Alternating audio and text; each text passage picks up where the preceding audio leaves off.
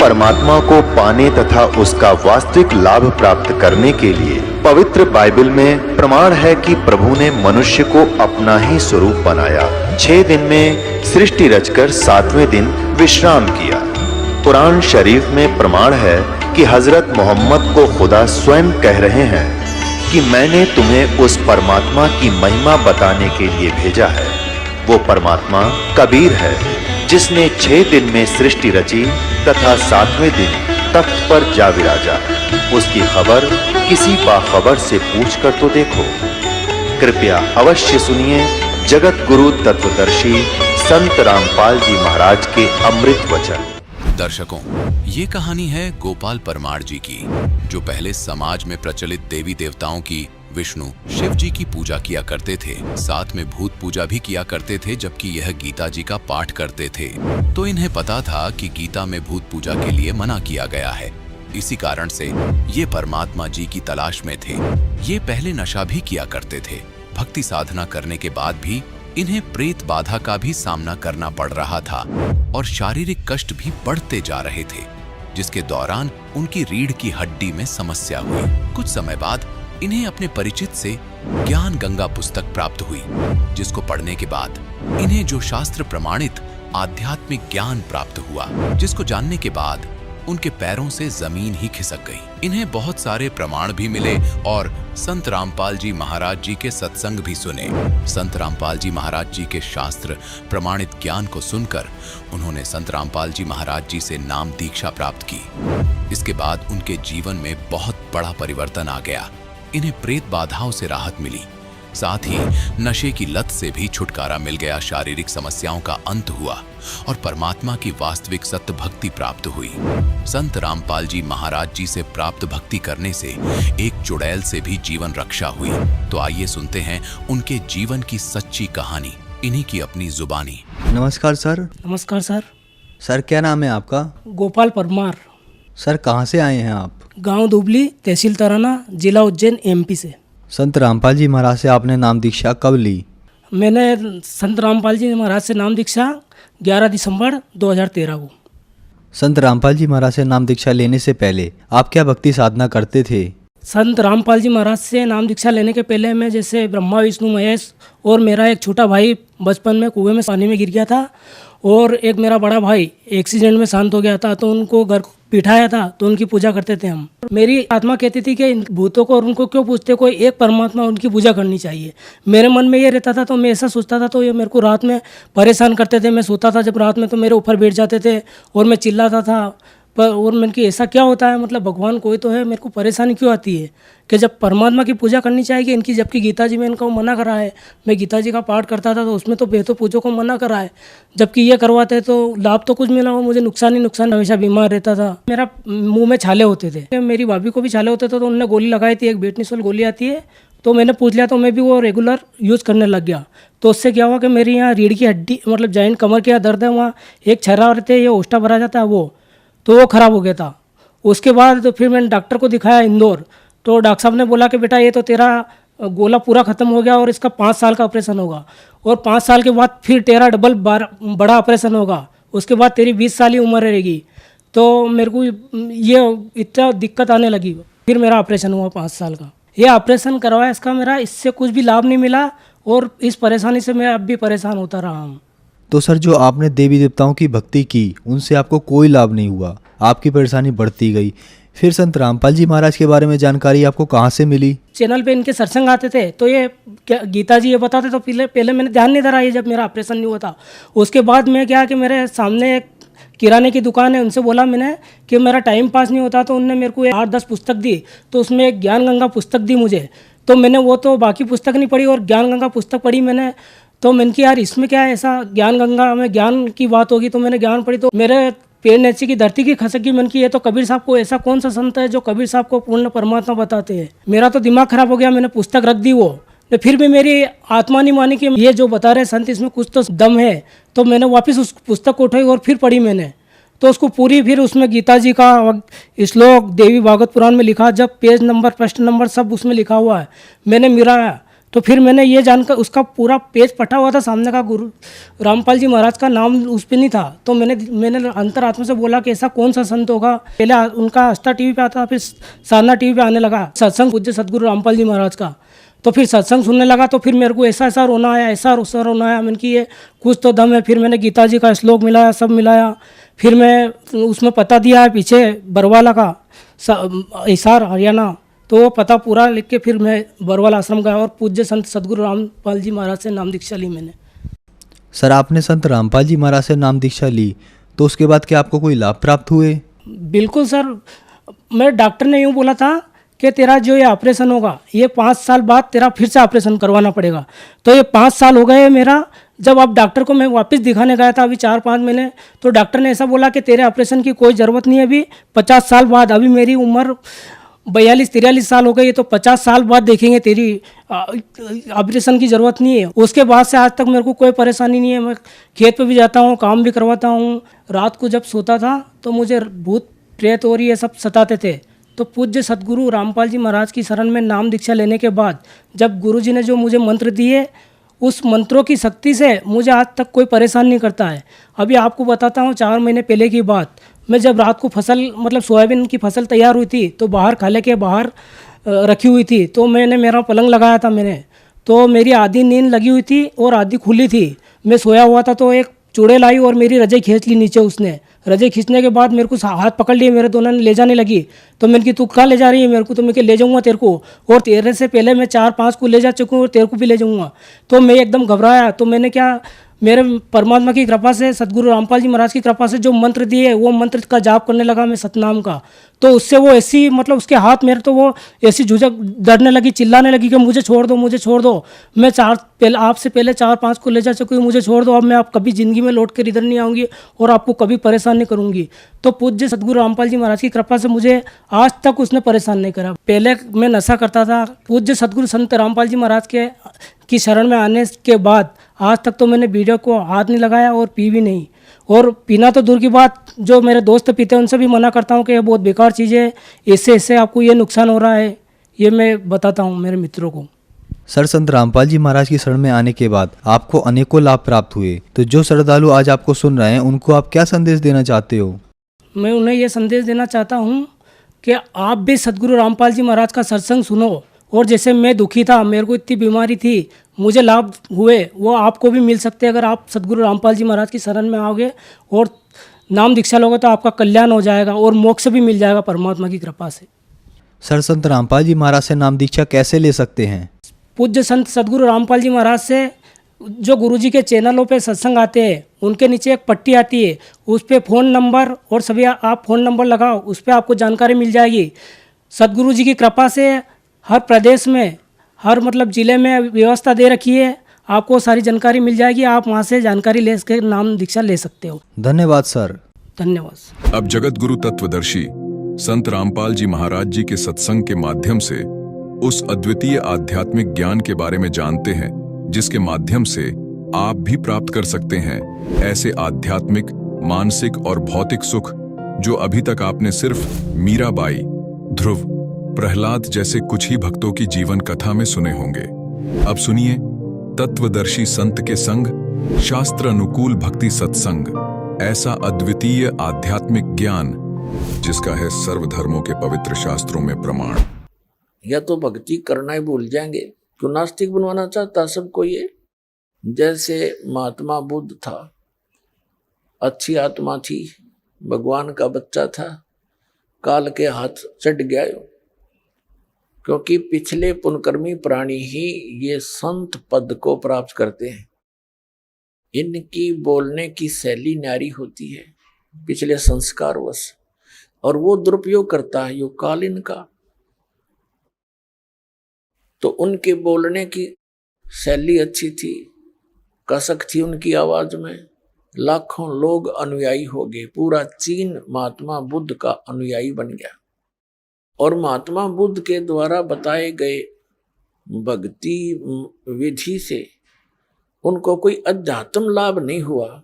औपचारिक बातें तो आम आदमी भी जानता है, जब तक भगवान का साथ उसके नहीं होगा उसको, तो वो किसी चीज का भी पालन नहीं कर पाएगा, कुछ दिनों में सब भूल जाएगा। और परमात्मा साथ रहेगा तो उसको अभाव किसी वस्तु का होने ही नहीं देगा, जिससे वो गिरावट में आवेगा नहीं। तो यही हुआ कि भगवान से मिलने वाली राहत बंद होगी। और जब महात्मा बुद्ध आए थे उस समय सभी प्राणी अच्छी पुण्यात्मा होते थे। वो उनको संसारिक सुख उनके पूर्व जन्म के ही संस्कारों से मिलते रहते थे, और वो ये सोचते रहे कि महात्मा बुद्ध ने जो हमें क्रिया बताई है इससे हम फलीभूत हो रहे हैं, जिस कारण से आगे चल के उनकी संतान इतनी पुण्य युक्त नहीं, क्योंकि कलयुग में ऐसे ही घटती आ रही है सतर हमारे पुण्यों का। तो फिर उनको कुछ भी लाभ नहीं हुआ, तो उन्होंने त्याग दिया भक्ति को और विधान बना दिया कि कोई भगवान नहीं है, ये सृष्टि अपने आप बनती और बिगड़ती रहती है। और काल यही चाहता है कि ये नास्तिक हो जाए, बिल्कुल भगवान की रुचि ना रहे, इस खासकर इस कलयुग में। पहले जिसने चिंता थी नहीं। तो पुण्यात्माओं, ये जितने भी राधा स्वामी पंथ, जय गुरुदेव पंथ, सतपाल और बालोगेश्वर का पंथ, और ये आसाराम, और ये जितने भी सुधांशु जी का पंथ, ये कृपालु कृपुल, और ये सारे काल के एजेंट हैं। इनके द्वारा बताए गए भक्ति मार्ग से किसी को भी लाभ नहीं हो सकता। और कुछ दिनों में ये पूरा मानव ये नास्तिक हो जाना था, ये सत्कर मान लेना। अब जैसे राधा स्वामी पंथ के प्राणी जो 30-30 वर्ष, 20-20 वर्ष, 10-10 वर्ष से वह साधना किया करते थे, और वह उनको सुख होते थे, और बताते थे, जो गुणगान करते थे, गुरुजी आज हमें ये लाभ हो गया, गुरुजी आज हमें ये लाभ हो गया, और ईब उनकी बिरानमटी होगी। इसी जैसे सुखिन राधा स्वामी धन धन सतगुरु सच्चा सौदा सिर साड़े आसाराम राणा नो है, ईसा तो हम साला सर जाया करते जब भी हुआ करता था। उस हनुमान की पूजा, पत्थर की मूर्ति पूजा करने जाते, तभी हमें महसूस होता था कि हमें ये सुख हो गया, हमें ये सुख हो गया।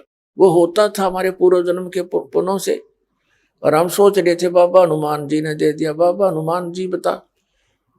अब वो तो आप भगत थे, एक भगत दूसरे भगत को क्या दे सकता है? और वो कभी नहीं कहा करते मेरी भक्ति करो, वो तो खुद भगवान की भक्ति करते थे, औरों को सलाह देते थे भक्ति करो भगवान की। तो इन अनाड़ी अज्ञानी काल के एजेंटों ने हमको उल्टे मार्ग पर लगा दिया। तो ऐसे ही ये प्राणी भ्रमित होकर,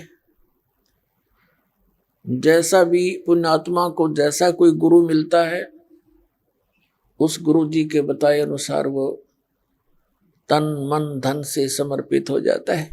इसी प्रकार एक धर्मदास नाम के एक बहुत पुण्यात्मा थे। मध्य प्रदेश के अंदर एक बांधवगढ़ नाम का एक शहर था, और वहां उस पुण्यात्मा का जन्म हुआ था। बहुत बड़े धनी व्यक्ति थे। धनी व्यक्ति, इतना धन था उनके कि श्री धर्मदास जी के पूर्वज इतने धनवान थे कि कभी कोई प्राकृतिक आपदा आ जाती थी और वहां का नवाब भी धर्मदास जी के पूर्वजों से वित्तीय सहायता लिया करता था। इतने धनी व्यक्ति होते हुए और फिर भगवान की चाह, तो पुण्यात्मा वो कितनी पुण्यकर्मी प्राणी होगा, कोई एस्टिमेट नहीं लगाया जा सकता उसका। अब फिर उसको एक काल का दूत मिला हुआ था, श्री रूपदास जी, जो श्री राम, श्री कृष्ण, शंकर भगवान और विष्णु जी का मार्गदर्शन करता था, विष्णु जी का उपासक था, वैष्णव साधु था। अब उस भोली आत्मा को जैसा भी उस गुरुदेव ने पाठ पढ़ाया, अब शिष्य तो एक कोरा कागज होता है और गुरु संत को वो गुरु मानकर उसके पास जाता है। जो भी ज्ञान वो देता है उस कोरे कागज पर अंकित होता चला जाता है। इसी प्रकार धर्मदास जी अपने गुरु रूपदास जी के द्वारा बताए गए उस भक्ति मार्ग पर तन मन धन से समर्पित था। उनके गुरुदेव ने कौन सी पूजाएं बता रखी थी कि हरे राम हरे कृष्ण, राम राम कृष्ण कृष्ण हरे हरे, ओम भगवते वासुदेव नमः, ओम नमः शिवाय, ओम नमो भागवते वासुदेव। और साथ में अन्य क्रियाएं बता रखी थी, जैसे शालग्राम यानी विष्णु जी की मूर्ति की पूजा, गीता जी का नित्य पाठ, कुछ अंश का, और एकादशी का व्रत, श्राद्ध निकालना, पितृ पूजाएं, तीर्थों का भ्रमण, तीर्थों में स्नान करने से कल्याण होगा। जैसा भी आदि शंकराचार्य ने ये उल्टा पाठ पढ़ाया था, वही हिंदू धर्म के अंदर ये सभी धर्मगुरु उसी ज्ञान को आगे फैलाया है। आदि शंकराचार्य एक बहुत पुण्यकर्मी प्राणी थे। उनके पिताजी शंकर भगवान के दृढ़ पुजारी थे और शंकर जी की कृपा से ही वो अपने पुत्र की उत्पत्ति मानते थे। 8 वर्ष की आयु में आदि शंकराचार्य जी परमात्मा के लिए संत की खोज में चल पड़े। एक संत किसी गुफा में रहता था, उसकी बहुत बोलबाला था, प्रशंसा होती थी, सबकी जुबान पर चढ़े हुए थे। और वो महीने में, 2 महीने में, 15 दिन में गुफा से निकला करता था। उसकी महिमा और प्रशंसा सुनकर वो बालक शंकराचार्य वहां पहुंच गया। 15-20 दिन वहीं बैठा रहा, टस से मस नहीं हुआ। जब वो बाहर आया, उसे अपने कल्याण के लिए मार्ग जानना चाहा। उसने क्या पाठ पढ़ा दिया कि जीव ही ब्रह्म है, तू खुद ही भगवान है, तू भूल गया अपने आप को, अपने आप में लौट जा। ये शरीर तू नहीं है, ये मन तू नहीं है, आठ चाम का पुतला तू नहीं है, तू तो निर्लेप आत्मा है, बस तू खुद भगवान है। अब उस कोरे कागज पर जो लिख दिया उसने फाइनल मान लिया और इसी ज्ञान को आगे संसार में फैलाने लगा, बढ़ाने लगा। तो उस समय भी हमारे पूर्वज इतने बुद्धिमान थे, उन्होंने उनसे कहा कि स्वामी जी, आप कह रहे हो कि जीव ही भगवान है, जीव ही ब्रह्म है, फिर ठीक है, आप अपना काम करो, हम अपना कर रहे हैं, आप भी भगवान और हम भी भगवान, फिर और करना क्या रह गया? फिर क्या करें बताओ? आप कह रहे हो जीव भगवान है और ये ज्ञान देते फिर रहे हो, ठीक है, हमने पता लग गया, तू भी भगवान हम भी भगवान, चल अपना काम कर। अब उसने सोचा भाई ये ऐसे तो ये पंथ बढ़ेगा नहीं, यह तो बहुत बात बिगड़ी, बात भी सच्ची है। जब भगवान ने हैं हम सारे, तो फिर क्रिया क्या रहेगी, फिर और साधना क्या करेंगे भी? तो उसने भी फिर शर्मिंदा होकर और कोई चारा ना देखकर, क्योंकि पिछले संस्कार उसमें भरे हुए थे श्री राम और श्री कृष्ण के, तो उसने कहना शुरू कर दिया कि श्री राम, श्री कृष्ण और शंकर भगवान और विष्णु जी की पूजा करा करो। और तीर्थों पे, मंदिरों में ये उसी के दोबारा उसी का पनपाया हुआ ये ज्ञान है। इस कारण से उसी परंपरा से आगे चलकर रूपदास नाम के एक संत थे, आदरणीय धर्मदास साहिब जी अपने पूज्य गुरुदेव रूपदास जी के द्वारा बताए गए मार्ग के अनुसार 68 तीर्थों पर घूम रहा था। जब वो वृंदावन के अंदर यानी मथुरा के अंदर पहुंचा, अब मथुरा की महिमा ये कैसे सुनाते हैं हमारे धर्मगुरु कि वहां भगवान श्री कृष्ण ने लीला की थी, क्रीड़ा की थी, हैं। भगवान कृष्ण वहां पर घूमा फिरा करते थे, उसके चरण टिके हुए हैं और उस तालाब में स्नान किया करते थे। गोवर्धन पर्वत को भगवान श्री कृष्ण ने उठा लिया था, वहां जाने से कल्याण हो जाएगा। अरे भले आदमियों, भगवान श्री कृष्ण जी ने, अब आगे बताएंगे, तो परमात्मा उनसे मिले। धर्मदास जी जैसा भी क्रिया बता रखी थी, मथुरा के तालाब में स्नान किया जिसको वो तीर्थ मानते हैं, और उसी में से एक लोटा जल का भर लाया। पहले तो कुछ स्थान गोबर, गाय के गोबर से और मिट्टी मिला करके लीपा, और फिर उसके ऊपर एक बढ़िया कपड़ा बिछा के पहले तो भगवान विष्णु की मूर्ति को स्नान कराया, एक थाली में रख के उसको फिर सारे कपड़े पहनाए, तिलक तुलक लगाया, मुकुट रख दिया, और उसको धूप दीप दे के लगा गीता जी का पाठ नित नियम करता था। वो भगवान परमात्मा, वो सतपुरुष, वो हमारे पिता हमारे लिए भटक रहे हैं। वो उस समय काशी में प्रकट थे, एक जुलाहे की भूमिका कर रहे थे। परमात्मा का यहाँ आने का उद्देश्य यही होता है कि यथार्थ ज्ञान प्रचार करूं, और काल भी ना समझ सके कि ये भगवान आए हैं, इस तरह लीला किया करते हैं। वो काशी के अंदर दुल्हाई का कार्य करते थे, और परमात्मा जिस उद्देश्य को लेकर आते हैं वो भी साथ साथ पूरा करते हैं। जैसा कि वेद गवाही देते हैं कि वो परमात्मा सतलोक से चलकर आता है, अच्छी आत्माओं को मिलता है, उनको ज्ञान देता है, तत्व ज्ञान देता है, अध्यात्म मार्ग से कंप्लीट पूर्ण अध्यात्म मार्ग से उसको परिपूर्ण करता है।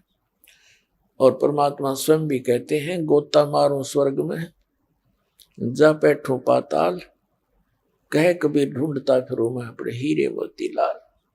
उन हीरे मोती लालों को खोजते हुए परमात्मा एक जिंदा महात्मा का रूप बनाकर वहां पहुंच गए,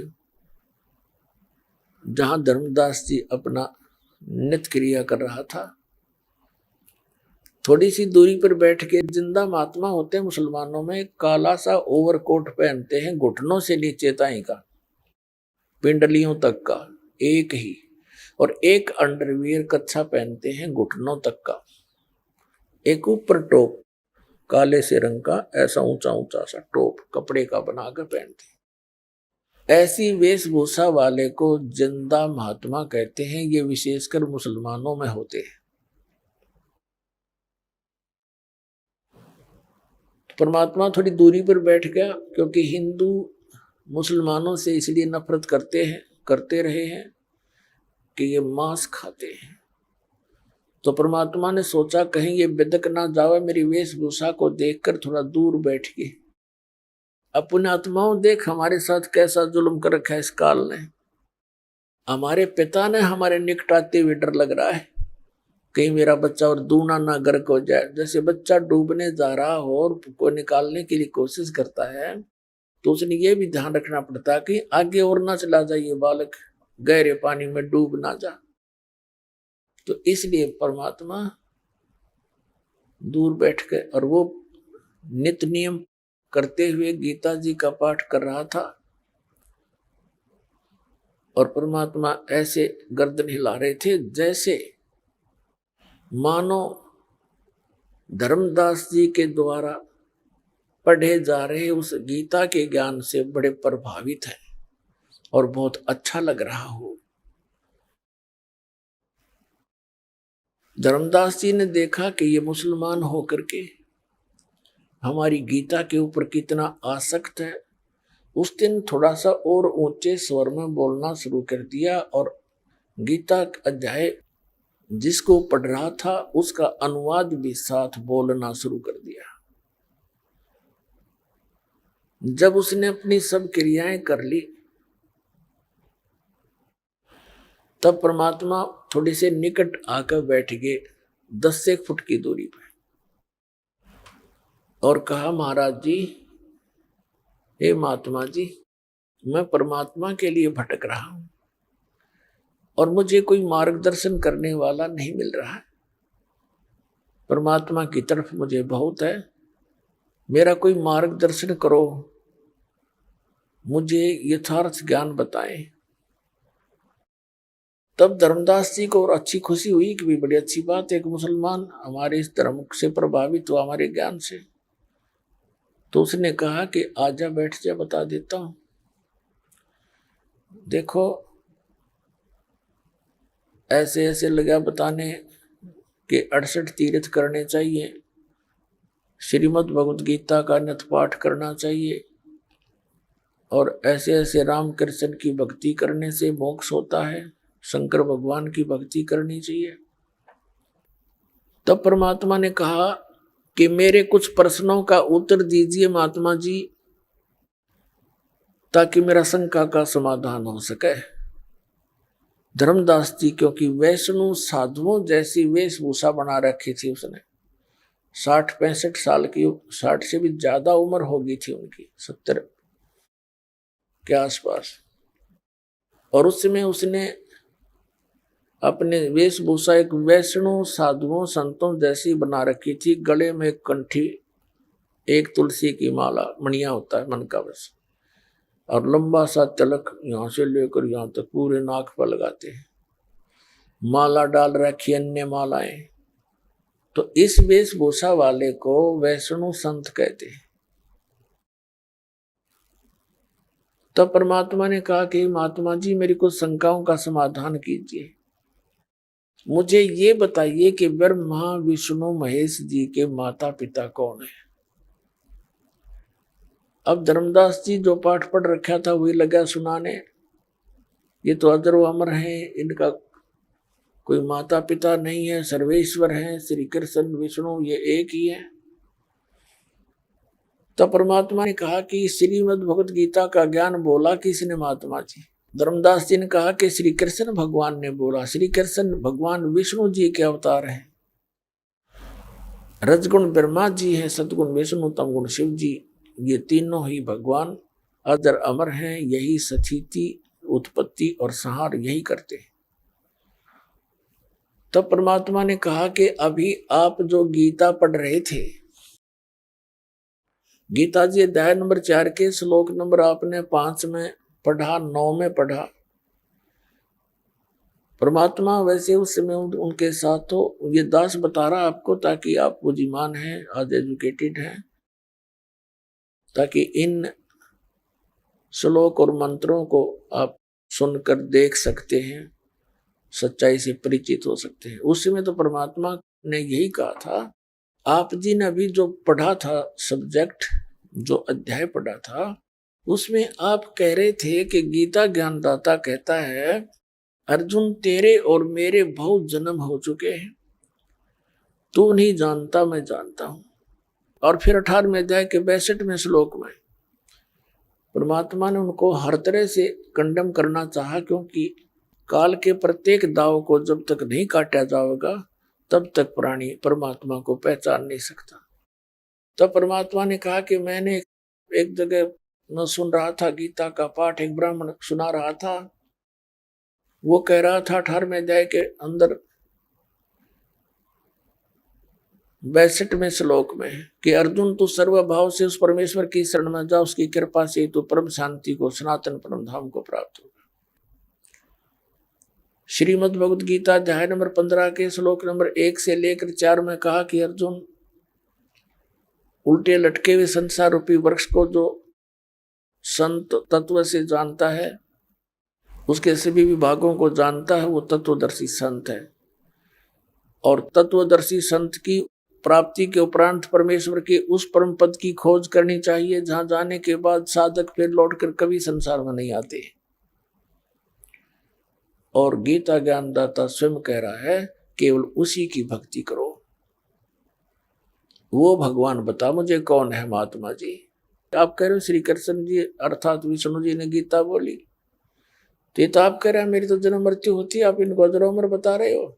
अब धर्मदास जी सुन हो गया, क्योंकि सच्चाई के आगे झूठ नहीं चल सकती। वो ना बोल पा रहा है, ऐसा हो गया जैसे स्तब्ध हो जाता आदमी। फिर परमात्मा ने कहा कि महात्मा जी आप गुस्सा ना मानना, देखो मैं जब तक अपनी शंका का समाधान नहीं करवा लूंगा तो मैं आपका अनुसरण कैसे कर पाऊंगा। धर्मदास जी ने फिर लंबा सांस लिया, एक और बोल क्या क्या पूछेगा, है पूछना पाछना तो कुछ रह नहीं रहा था, फिर शर्मिंदा होकर कह रहा था। परमात्मा ने कहा कि जैसे आप श्री राम हरे कृष्ण ओम नमः शिवाय ओम भगवते वासुदेव ये जो मंत्र जाप करते हो, एकादशी का व्रत करते हो, या तीर्थों पर जाने के लिए आप स्वयं भी जाते हो और मुझे भी आप बता रहे हो ऐसा करो, तो क्या श्रीमद् भगवत गीता में लिखा है ऐसा? कि नहीं, इसमें तो कहीं नहीं लिखा। धर्मदास बोला। तो परमात्मा ने कहा कि एक किसान था और उसको वृद्ध अवस्था में 60-70 वर्ष की उम्र में पुत्र प्राप्त हुआ। उस किसान ने सोचा कि मेरा पुत्र जब तक युवा होगा, ऐसा ना हो मेरी मृत्यु हो जावे, तो उसने एक पेड़ पर बही में अपना कृषि के लिए जो अनुभव था, कौन सी फसल किस समय पर बीजनी चाहिए और किस समय उसमें फर्स्ट वाटरिंग यानी प्रथम सिंचाई करनी चाहिए, कौन से मौसम में वो बीजनी चाहिए, कैसा बीज होना चाहिए, किस समय उसका परिपक्व होने का ये कलर हो जाएगा तब उसको काटना चाहिए, वो पूरा डिटेल लिख दिया। और उसकी पिता की मृत्यु होगी, पुत्र युवा हुआ। अब वो पुत्र उस अपने पिता की उस बही को, पेड़ को, अनुभव को डेली पढ़ लेता है, 1 पृष्ठ या 2 पृष्ठ, और जैसा उसके पिताजी ने मार्गदर्शन कर रखा इसकी बजाय वो और ही फसल बो रहा है। जैसे बोने के लिए लिखा है गेहूं और बो रहा है भांग, तो वो कैसी समझदारी कर रखी है उसने कि उस बच्चे का क्या कर्तव्य बनता है। धर्मदास जी मुझे बताइए आप, क्या उसका कर्तव्य नहीं बनता जो पिता ने उसमें लिख रखा है बही में, पैड में, उसके अनुसार उसका पॉइंट टू पॉइंट फॉलो करे। धर्मदास जी कहते हैं हाँ बिल्कुल सही है ना, तो मूर्ख हो तो मूर्ख है, फिर क्या पाओगा उसने। तो परमात्मा ने कहा ऐसे ही मूर्ख तुम लगे मुझे। 8वें अध्याय के 13वें श्लोक में लिखा कि ओम इति एकाक्षरम ब्रह्म विवरण माम अनुसमण यह परियाति तदम देहम से आती परमाम गति। अब गीता ज्ञानदाता कहता मेरा केवल एक ओम मंत्र है, नथिंग एल्स,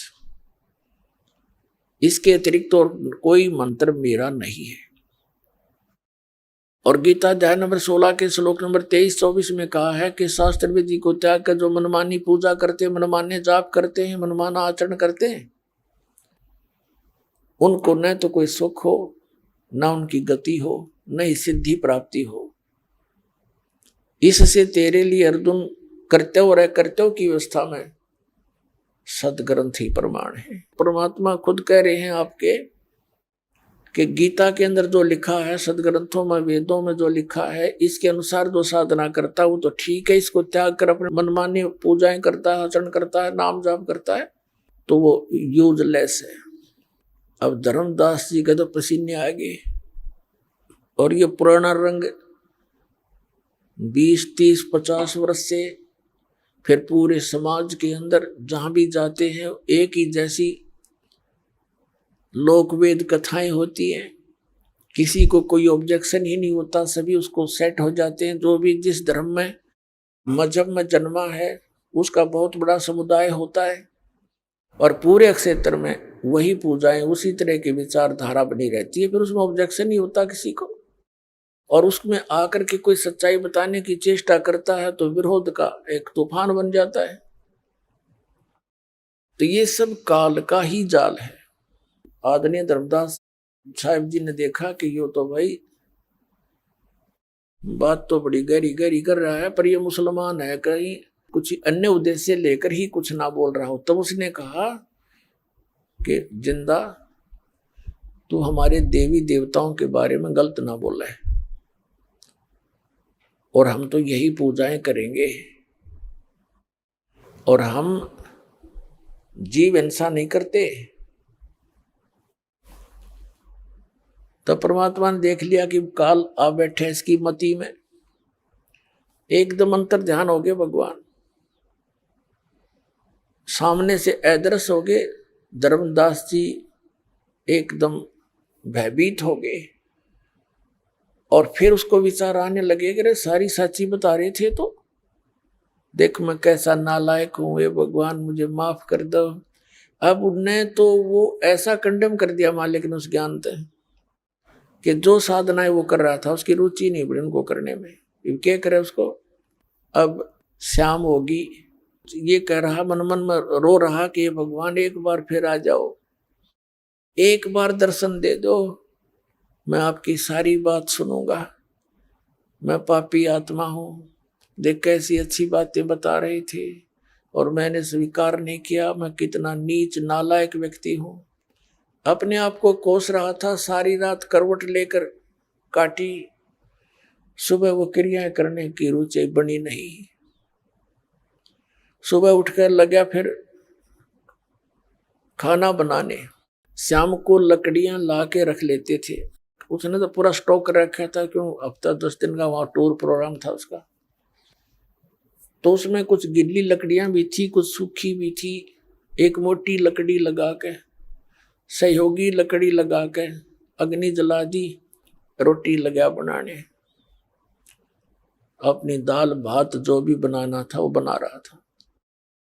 अब लकड़ी जलती हुई आगे को बढ़ रही थी, सूर्य उदय हो गया, क्योंकि सूर्य उदय होने से पहले उसने रोटी बनाना शुरू कर दिया था जब थोड़ा सा रोशनी था।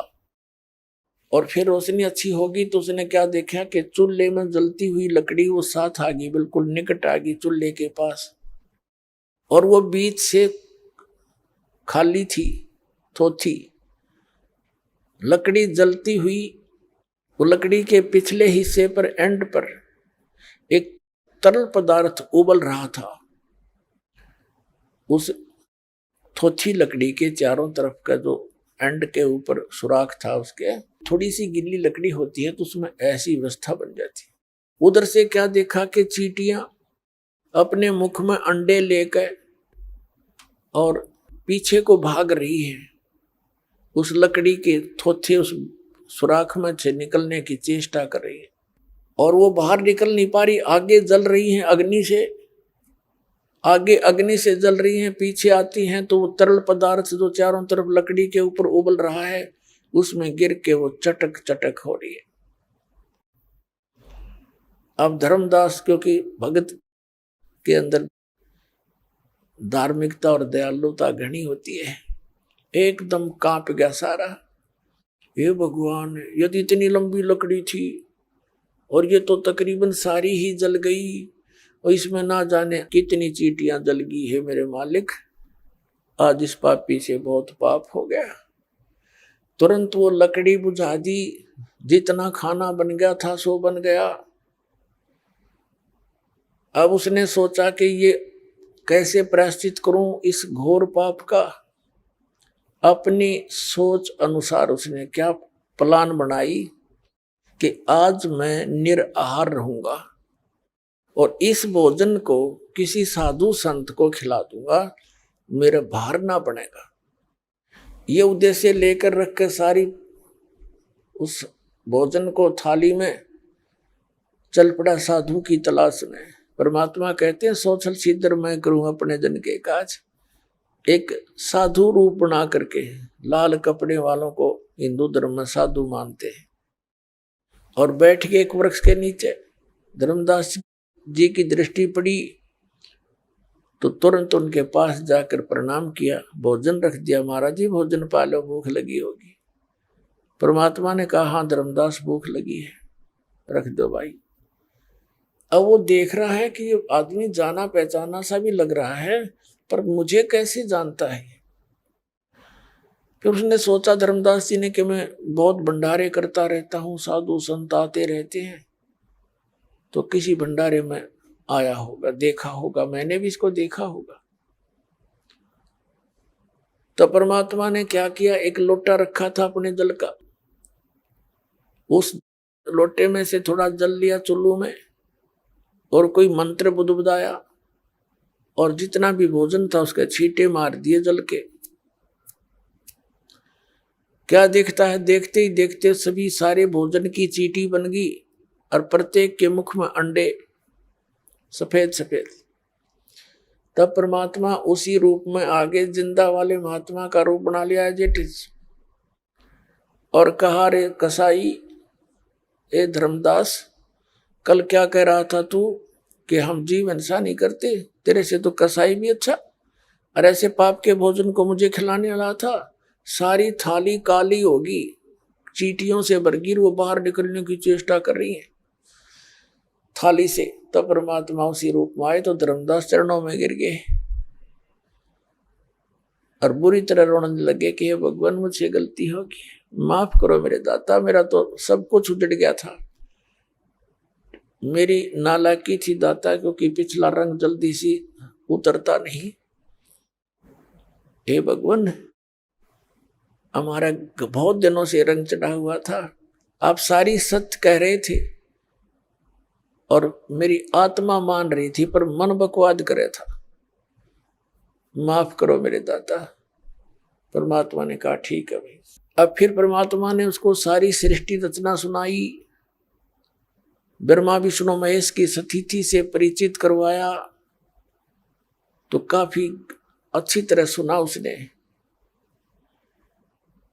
लेकिन फिर भी ये मन बड़ा उस्ताद है, प्रश्न करता ही रहा वो। धर्मदास जी ने कहा कि भगवान, हमने सुना है कि भगवान श्री कृष्ण ये विष्णु अवतार हैं, उन्होंने मोर ध्वज राजा के पुत्र ताम्र ध्वज को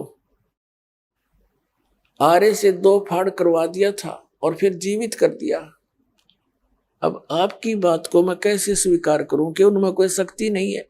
अभी आपने सुने जगत गुरु तत्वदर्शी संत रामपाल जी महाराज के मंगलमय सत्संग प्रवचन। आइए अब सुनते हैं उन भक्तों के अनुभव जिन्होंने संत रामपाल जी महाराज के प्रमाणित ज्ञान से प्रभावित होकर नाम दीक्षा लेकर अनेकों लाभ प्राप्त किए। कहाँ से आए आप? सर वैसे तो छत्तीसगढ़ से हूँ, मगर रहता महाराष्ट्र पुणे में। संत रामपाल जी महाराज से नाम दीक्षा लेने से पहले आप क्या भक्ति साधना करते थे? सर संत रामपाल जी महाराज की भक्ति करने से पहला मैं संतोषी माता का व्रत रखता था, और ऐसे जो पारंपरिक हमारे छत्तीसगढ़ में जो पूजाएं होती थी, अपना गणेश पूजा और नवरात्रि, ये सभी अपने पूजा करते थे। सर जो हिंदू धर्म में पारंपरिक पूजाएं होती है वो सभी प्रकार की पूजाएं आप कर रहे थे, तो फिर आपको संत रामपाल जी महाराज से नाम दीक्षा लेने की क्या जरूरत आन पड़ी? सर ये सब पूजा करते हुए भी अपने को ये खाली कुछ भी लाभ नहीं होता था। भगवान इतने सारे अपन पूजा करते थे मगर अपने हाथों में कुछ भी नहीं आता था। बहुत सारी पूजा करने के बाद ऐसा दिखता था नहीं था कि अपने को कुछ लाभ हुआ हो अपनी ज़िंदगी। इसलिए थोड़ा सा कि पिताजी ने हमको ये बोला कि भाई ऐसा ऐसा भक्ति है तो आप करके देखो, तो हम वो बार बार इग्नोर करते थे कि हाँ इस बाबा बाबा के चक्कर में पड़ेंगे और ये अपना ठीक है, इतना अपना अच्छा चल रहा है। तो पिताजी फिर भी बार बार हमको प्रेशर करते थे, नहीं भाई कर लो कर लो। तो मैंने ऐसे एक बार चैलेंज कर दिया था, नहीं तुम्हारा गुरुजी चलो, मुझे तो टाइम नहीं मिलता, 7 बजे से सुबह काम पे लगने के बाद 7 बजे तक काम करता हूँ, और तुम्हारा गुरुजी क्या मुझे खाने पीने को थोड़ी ना देगा, टीवी लेने के लिए बोलते हैं, टीवी लेने के लिए क्या तुम्हारा गुरुजी पैसा देगा क्या? तो पिताजी ने भी ऐसा ही बोल दिया कि हाँ क्यों नहीं देगा, अपना गुरुजी सबको देता तो तुमको भी देगा। ठीक है मैं तुम्हारे गुरुजी को देखता हूँ और मैं बोलता हूँ, फिर मैं लेता हूँ यानी कि टीवी, आपका गुरुजी पैसा दिया। तो बाद में क्या हुआ भगत जी, मैंने टीवी ली। भगत जी फर्स्ट टाइम ही मेरे को, जब मैंने मेरे पिताजी के बोलने से मैंने वो सब किया, बाद में मुझे 3 लाख रुपए का 3 महीने में ऐसा लाभ हुआ। तब उस समय मैं जुड़ा नहीं था। बाद में मेरे दिल में ऐसे जगह बन गई, यार इतना ये कैसा क्या हो गया। तो बाद में पिताजी ने मैं बोला देखो कितना तुमको अच्छा लाभ हो गया, अभी तुम क्या करो, नाम दीक्षा लो और वो भक्ति करो। तो मैं उनको झूठ मूठ का ऐसा ही बोल दिया कि ठीक है अपन करेंगे। बाद में मेरी शादी तय हो गई। शादी में कैसा भगत जी, छत्तीसगढ़ में मेरा शादी होना था, तो मेरे शादी में 4 बकरे कटना था।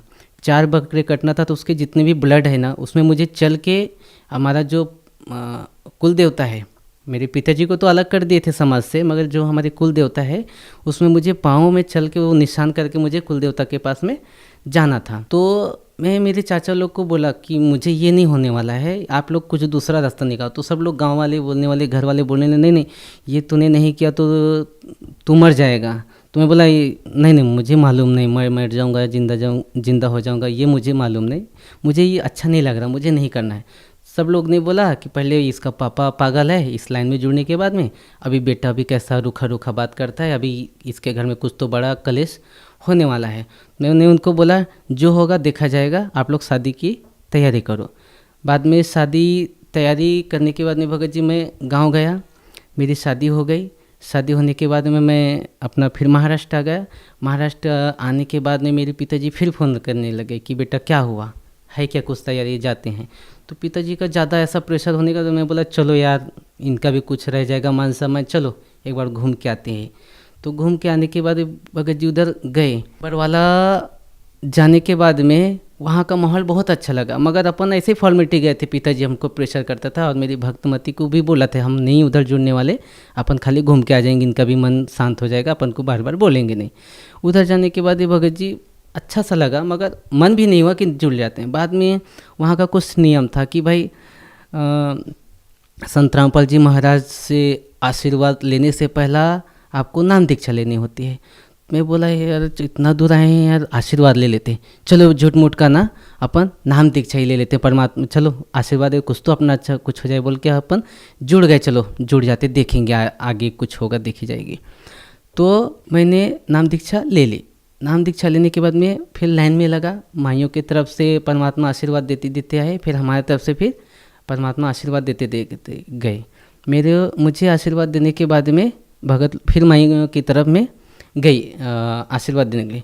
फिर भगत लोग पंडा हटा दिए, फिर दूसरा लाइन लगा, उस लाइन में फिर मैं ज़बरदस्ती घुस के फिर एक बार परमात्मा का आशीर्वाद लिया। बाद में मुझे अच्छा सा सुकून अच्छा लगा, ऐसा लगा कि जैसे कि मुझे कुछ बोझ सर से हट गए। ये दुनिया का झंझट ही ऐसा है कि उधर कहाँ मर रहे थे, इधर ही चलो ठीक ठाक है, कुछ लफड़ा नहीं है, यहाँ सब अच्छे विचार वाले लोग रहते हैं। बाद में मैं मेरी भगतमती के पास गया कि यार चलो भाई तुम भी जुड़ जाओ, अच्छा मुझे लग रहा। फिर वो मेरे से झगड़ा करने लगी कि मैं इसी कारण तुम्हारे साथ नहीं आ रही थी, तुम मुझे मालूम था तुम जुड़ने वाले हो, मुझे झूठ मूठ का लेके आ गए। तो सर जब आपने संत रामपाल जी महाराज से नाम दीक्षा ली, संत रामपाल जी महाराज से नाम दीक्षा लेने के बाद क्या कोई लाभ भी मिला आपको? हाँ, लाभ तो बहुत सारा मिला सर जी। जब हम लोग महाराष्ट्र आए, मेरी भगतमती प्रेग्नेंट थी। मेरा ये लड़का होने के बाद में भगत जी उनका एक स्तन से दूध आना बंद हो गया। तो हमने डॉक्टर से दिखाया, उन्होंने बोला बहुत खर्चा हो गया। उस समय हमारी आर्थिक स्थिति बहुत ख़राब थी सर, क्योंकि गाड़ी एक्सीडेंट होने के कारण सब पैसा सोना चांदी जितने भी घर थे सब खत्म हो गई थी। तो माता पिता भी ने हाथ उठा दिए थे कि हमारे पास कुछ भी नहीं, हम ब्याज से भी लेके पैसा ऐसा खर्च किए थे, लेबर लोग को पेमेंट दिए थे, तो हमारे पास कुछ भी पेमेंट नहीं था। मैं भगत मित्र को बोला भाई अपने पास कुछ भी रास्ता नहीं, अपन रोड पे आ चुके हैं, तुम परमात्मा के साथ चाहे चैलेंज करके जुड़ जाओ, चाहे कुछ भी जो एक बार जुड़ जाओ और तुम्हारा ऐसा हो जाएगा, तो आप परमात्मा की भक्ति करना ठीक हो जाए तो करना, नहीं तो कोई बात नहीं भाई, ज़बरदस्ती नहीं है। तो उन्होंने भी ठीक है चलो देखते हैं, अभी तुम्हारा गुरुजी मेरे को ठीक कर देंगे ना तो मैं नाम दीक्षा ले लेना, ऐसे बोले। तो सर वो जो चैलेंज परमात्मा को किए थे, उन्होंने बोला था तुम्हारे गुरुजी मुझे अच्छे कर देंगे तो मैं जुड़ जाऊंगी। तो उन्होंने संत रामपाल जी महाराज को अरदास लगाई और बोले कि गुरुजी आप मुझे कहीं ठीक कर देते हो तो मैं आपकी भक्ति करूंगी। मेरी पत्नी की सीना इतनी फूलती जा रही थी क्योंकि दूध बाहर नहीं निकल पा रहा था, पूरा ब्लॉक हुआ था। इसके कारण धीरे धीरे पूरी बॉडी दूध के कारण भर गई थी, निकल भी नहीं रहा था और वो दर्द कम नहीं हो रहा था। बाद में संत रामपाल जी महाराज को चैलेंज किया कि आप मुझे बिना पैसे के यदि ठीक हो जाता है तो आपके संत रामपाल जी महाराज से मैं नाम दीक्षा ले लूँगी। तो मैं बोला ठीक है, आपके संत रामपाल जी महाराज सब ठीक करेंगे, आप पहले दीक्षा ले लो। उन्होंने अरदास लगाई, भगवान आप मेरी ये प्रॉब्लम है सॉल्व कर दो, हमारे पास पैसा कुछ भी नहीं, हमारी आर्थिक स्थिति खराब है, डॉक्टर भी ऑपरेशन के लिए बोल रहे हमारे पास पैसा भी नहीं, हमारी आर्थिक स्थिति भी बहुत खराब है, आप हमारे ऐसा हमारा प्रॉब्लम सॉल्व हो जाएगा तो मैं आपकी भक्ति करूँगी।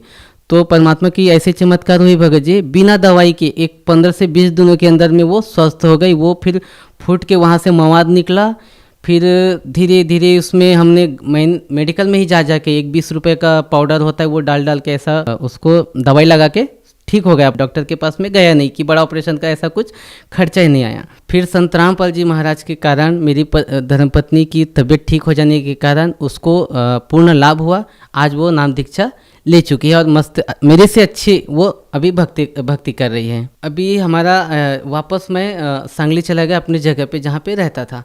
वहाँ जाने के बाद अपना आर्थिक स्थिति थोड़ा ख़राब हो गया था। उसके बाद में हम गांव जाने वाले थे, मेरे पास लास्ट 500 रुपये ही बचा था। तो सर जी मेरे पास लास्ट 500 रुपये थे, तो हमने नियोजन कर लिया था कि भाई चलो महाराष्ट्र से छत्तीसगढ़ जाते हैं और अपना कुछ नहीं है, इधर पूरा बिजनेस थोड़ा सा लॉस हुआ, अपन उधर ही जाके कुछ तो खेती बाड़ी करेगी। सर जी वहाँ से फिर मेरे को एक फ़ोन आया, संत रामपाल जी महाराज से हमने अरदास लगाई थी, तो परमात्मा ने संत रामपाल जी महाराज ने वहाँ से उनका आदेश आया था कि परमात्मा दया करेंगे, आप लोग भगवान की भक्ति करते रहो। संत रामपाल जी महाराज का ऐसा आदेश आया। तो भगत जी हम 500 रुपये ही मेरे पास था, गया तो वहाँ से फ़ोन आया कि आपको एक 60 लाख का टेंडर आपको हम देते हैं। तो मैं कम से कम भगत जी उनको सर जी उनको 50 बार बोला कि ये मुझे कैसे आ सकता है, मैं तो ये बिल्डिंग बनाने का काम ही नहीं करता, मैं लेबर कॉन्ट्रैक्टर हूँ। लेबर कॉन्ट्रैक्टर, आप मुझे बिल्डर का काम बता रहे कि आपको हम इतना पैसा देंगे और आपको हमारा घर बना के देना पड़ेगा। तो कम से कम उसको मैं 50 फ़ोन लगाया और बाद में पूरा वेरीफाई किया कि भाई सच में ऐसा है क्या। तो बोले हाँ है। तो बोले नहीं मुझे यकीन नहीं होता। तो मैं वो 500 रुपये लेके उनके पास गया। वो मुझे उसमें नाश्ता भी करना था, पेट्रोल भी डलाना था और 70 किलोमीटर जाके वापस भी आना था, मतलब 150 किलोमीटर जाना आना था। गया, सर जी इतना बड़ा चमत्कार हुआ परमात्मा संत रामपाल जी महाराज की वजह से। मुझे 50,000 रुपये जगह पे एडवांस दिया। मेरे पास सिर्फ 500 रुपये था लास्ट टाइम। जब मुझे 50,000 रुपये दिया तो मेरी वहाँ पे आंसू निकल गए। मैं बोला भगवान ये क्या मेरे पास इतना बड़ा चमत्कार होगा कि मैं यहाँ का अनजान, मैं छत्तीसगढ़ का रहने वाला, ये मुझे 50,000 कैसे दे दिए, क्या हुआ कैसे हुआ बोल के। बाद में मैं यहाँ से काम से रोते 70 किलोमीटर तक घर वापस गया, भगत मती को पैसा दिखाया। बाद में मैं बोला देखो परमात्मा ने मुझे 60 लाख का मुझे काम दिया है। भगत मती को विश्वास नहीं। मैं बोला देखो मेरे अकाउंट में पैसा है और 500 रुपये का मिठाई लेके गया था बगीचा। मेरे बच्चा था ना, मैं जब मिठाई भी इसके लिए लेने के लिए जाता था दुकान में तो मेरे पास पैसा नहीं रहता था। मैं सोचता था कि मैं तेल लेके जाऊँ कि मेरे बच्चे के लिए 5 रुपये का कैडबरी लेके जाओ। इतना मेरी हालत ख़राब थी, मुझे कुछ भी समझ में नहीं आता था, इतना वीकनेस हो गया था। मगर परमात्मा ने जब 50,000 रुपये दिया, रोते पूरा वहाँ तक गया अपनी भगत में। मेरी भगत में भी इतना रोने लगी। देखो इतना बड़ा चमत्कार कर दिया परमात्मा कि अपन अच्छे से भक्ति करेंगे, ये दुनिया के लफड़े में नहीं पड़ते अपन। सब जो दुनिया अपने को रखे या ना रखे, संत रामपाल जी महाराज को जिंदगी भर अपन छोड़ेंगे नहीं। जान दो दुनिया की अपन दुनिया की सुनने वाले नहीं, अपने छोकर गांव निकाला करे, चाहे दुनिया से कहीं से कुछ अपन परमात्मा को नहीं छोड़ेंगे। ये इनका जीवन दान देने का मेरे को भगत जी अभी के डेट में कम से कम 60 लाख मुझे काम मिलने के बाद भगत जी सर जी मैंने उनका पूरा काम कंप्लीट किया। कम से कम 1.5 करोड़ का अब तक काम किया उनका भी। मेरा काम अभी कम से 8 साइड मैंने फाइनल की है। 3 काम मिलने के 60 लाख का टेंडर हुआ वो फाइनल किया। बाद में मुझे 3 काम और मिला कम से कम 40 लाख का, वो फाइनल किया। अभी कम से कम मेरा 25 लाख का काम चालू है, वो मैंने अभी पेंडिंग है, आधा अधूरा काम है। मेरा घर में रहने का नहीं तकलीफ था भगत जी, बारिश हुआ तो 10 ठिकाने से पानी नीचे गिरती थी। संत रामपाल जी की दया से अभी मेरा 4 मंजिल का घर बनाया हूँ। अभी कुछ दिन पहले अभी मैं सोल्ड 4 व्हीलर गाड़ी लिया है, जो मेरे गांव में किसी के पास गाड़ी नहीं। 8 लाख की सोल्ड गाड़ी लिया है। पूरे गांव वाले बोलते हैं कि भाई इनके पास क्या सोने का खान मिला है। मगर उनको बोलते सर जी कि भाई संत रामपाल जी महाराज के शरण में आने के बाद में हुआ थोड़ा तकलीफ हुआ स्टार्ट में। परमात्मा अपनी वाणी में बोलते हैं कि धीरे धीरे रे मना धीरे सब कुछ होए, माली सींचे 100 घड़ा ऋतु आए फल होए। सर मैं लूट पिट चुका था, सिर्फ मैं लास्ट में मेरा 500 रुपये ही था। परमात्मा की दया, संत रामपाल जी महाराज की दया की वजह से 60 लाख का मुझे काम मिला। अभी मेरे करोड़ों का बिजनेस चालू है, 4 मंजिले का घर टिका लिया हूँ। मेरे गांव आसपास, मेरे गांव में क्या सर जी, आसपास की एक 20 किलोमीटर 50 किलोमीटर आप भी घूमेंगे तो किसी का 4 मंजिल मकान नहीं है। सोल्ड मैंने गाड़ी ले ली। अभी परमात्मा की दया से, संत रामपाल जी महाराज की दया से अभी भगत जी मैं अपने एरिया में टॉप में हूँ। सब बोलते कि भाई ये अच्छे लाइन में जुड़े। पहले तो हमको कोसते थे कहाँ ये अपने ज़िंदगी बर्बाद कर। अभी इस परमात्मा का भी उन लोग भी बोलते हैं संत रामपाल जी महाराज का ज्ञान अच्छा है और वो भी अभी सहयोग करते हैं मेरे गांव में। आपको मैं एक और बात बताना चाहता हूँ।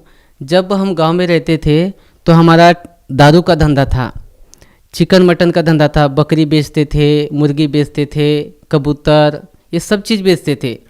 हम क्या करते थे, 10 दारू की जो बोतल रहती थी उसको हम खोल के 10 का उसमें पानी डाल के उसको 15 बनाते थे और उसको सही तरीके से लेवल वेवल लगा के सब बेच देते थे। मतलब 2 नंबर का काम सब करते थे। फिर सिगरेट पीता था मैं, इतना सिगरेट पीता था कि मेरे हाथों से सिगरेट हटती नहीं थी। जब तक मेरा 2-3 पैकेट 4 पैकेट ख़त्म नहीं होता था, 12-1 बजे 2-2 3-3 बजे तक जगता था। सर हमको टेंशन आ गई थी कि परमात्मा संत रामपाल जी महाराज के नियम में लिखा था तुमको यही नहीं करना, तुमको शराब नहीं बेचना, कुछ ये बकरे नहीं बेचना, बकरे नहीं काटना, ये नहीं करना। वो तो हमको टेंशन है कि हमारा घर गृहस्थी कैसे चलेगा। संत रामपाल जी महाराज की दया से अभी ऐसा दया भगत जी, मेरा अभी करोड़ों का बिजनेस है। सब धंधा, वो गोरख धंधा छोड़ने के बाद में अभी देखो भगत जी, मेरे एरिया में परमात्मा ने मुझे शिखर पे पहुंचाया। अभी मुझे 1 रुपये की कहीं किसी से हाथ फैलाने की किसी की गरज नहीं है कि मैं किसी से 5 रुपये मांगू या 10 रुपये मांगू। परमात्मा ने मुझे शिखर पे पहुंचाया है। सर जी मैं परमात्मा मैं अपने संत रामपाल जी महाराज के लिए ये शब्द उच्चारण करता हूँ, क्योंकि मेरा भगवान और सब कुछ मेरा संत रामपाल जी महाराज। मुझे तो पता नहीं कि कौन क्या है, मगर मेरे लिए संत रामपाल जी महाराज मेरे लिए भगवान है। सर आप भगत समाज को क्या संदेश देना चाहते हैं? सर भक्त समाज को क्या संदेश दूंगा कि मेरा देखो ना सर जी, मेरा पहला कैसा था, हम लोग इतने दारू बेचते थे, सब बुरी सी बुरी धंधा करते थे, फिर भी हमको बरकत नहीं मिली। मगर संत रामपाल जी महाराज के शरण में आने के बाद में पूरी बुराई छूट गई और मेरा 500 रुपये लास्ट था। अभी परमात्मा ने उसको करोड़ों में परिवर्तन किया। ये मेरे साथ में लाभ हुआ है, चमत्कार हुआ है मेरे साथ में। तो आप भी आइए परमात्मा के संत रामपाल जी महाराज के शरण में और अपना जीवन कल्याण कराइए। जी बहुत बहुत धन्यवाद। धन्यवाद सर जी।